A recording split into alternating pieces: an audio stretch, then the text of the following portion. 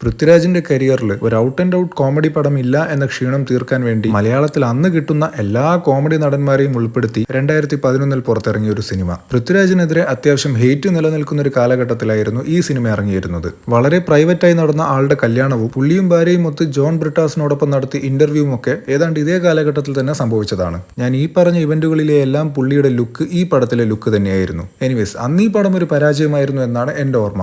അത്രയും കോമഡി താരങ്ങളെ നിരത്തി നിർത്തിയിട്ടും വിജയിക്കാൻ കഴിയാതെ പോയൊരു കോമഡി സിനിമ. എന്നാൽ ഇന്ന് വർഷങ്ങൾക്കിപ്പുറം ആ പടത്തിലെ ചില കോമഡി സീനുകളെ ആളുകൾ സോഷ്യൽ മീഡിയയിൽ അപ്രീഷിയേറ്റ് ചെയ്യുന്നത് കണ്ടിട്ടുണ്ട്. ആൻഡ് തീർച്ചയായും അത് സ്വാമി രാജഗുരു, മഹാഋഷി, വശ്യവജസിന്റെ സീനുകൾ തന്നെയായിരുന്നു. കാര്യം ജഗതി ശ്രീകുമാർ, സലീം കുമാർ അടക്കം മലയാളത്തിലെ മെയിൻ കൊമേഡിയൻസ് ഒക്കെ ഇതിൽ ഉണ്ടായിരുന്നെങ്കിലും പടത്തിൽ ഇമ്പോർട്ടൻസ് തീർച്ചയായും സുരാജിന് തന്നെയായിരുന്നു. അറിയാലോ, കാരണം അത് പുള്ളിയുടെ പ്രൈം ടൈം ആയിരുന്നു. എനിവേസ്, ഇന്ന് ഓൺലൈനിൽ അത്യാവശ്യം സപ്പോർട്ട് കിട്ടുന്ന ഒരു സിനിമയായതുകൊണ്ട് ഈ പടം ആദ്യമായി കണ്ടപ്പോൾ എനിക്ക് തോന്നിയ ഒപ്പീനിയൻ ഞാൻ മാറ്റി പറയുന്നില്ല. അന്ന് ഇത് എനിക്കൊരു ബിലോ ആവറേജ് സിനിമയായിരുന്നു. ഒരുപക്ഷെ 90s ഇറങ്ങിയിരുന്നെങ്കിൽ വർക്കൗട്ട് ആവേണ്ടിയിരുന്ന ഒരുതരം സിനിമ.